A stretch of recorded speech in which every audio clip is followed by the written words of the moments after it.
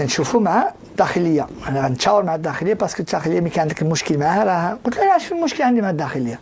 انا ما عنديش مشكل مع الداخليه، انا كان عندي مشكل مع الشخص اللي خدام في الداخليه. انا راه هي عامين ما كنقولوش دابا انا الرئيس الواحد ديال الحركه الشعبيه في الاقليم صفرو،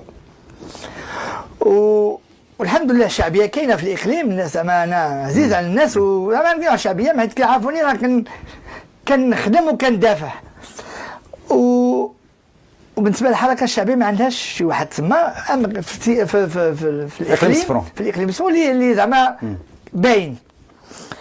مي انا قلت له سي محمد كي داير عندك باش توجد راسك، باش نوجد راسي شحال. قلت له سي محمد كي داير ماكش ديال الحركه. قال لي صافي ما كاين، صافي انت اللي كاين. شنو على سؤال انت اللي كاين. قال لي بالحق خصنا نشوفوا مع الداخليه. انا غنتشاور مع الداخليه باسكو الداخليه ملي كان عندك المشكل معاها راه قلت لها علاش في المشكل عندي مع الداخليه؟ انا ما عنديش مشكل مع الداخليه، انا كان عندي مشكل مع الشخص اللي خدام في الداخليه. ودابا هذا هو اللي دائما كنقول لك، انت كتظن الشخص هو ما كيقول لك هذاك راه عنده الصفه ديال العامل. المهم هذا غير بين قوسين. دابا حتى نوقفك هنايا، كيفاش هذا رئيس حزب باش يرشحك يقول لك خصني نشوف مع الداخليه الاول؟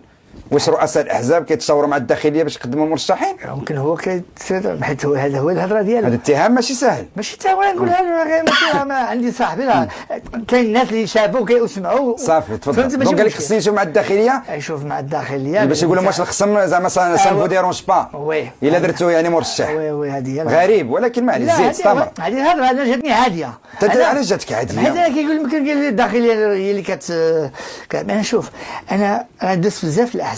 خصك تعرف لاني دخلت السياسه راه بقيت كنمشي من الحزب لحزب ما فاهمش. كان هذا كيقول لي اجي تمشي معنا نقول له مرحبا.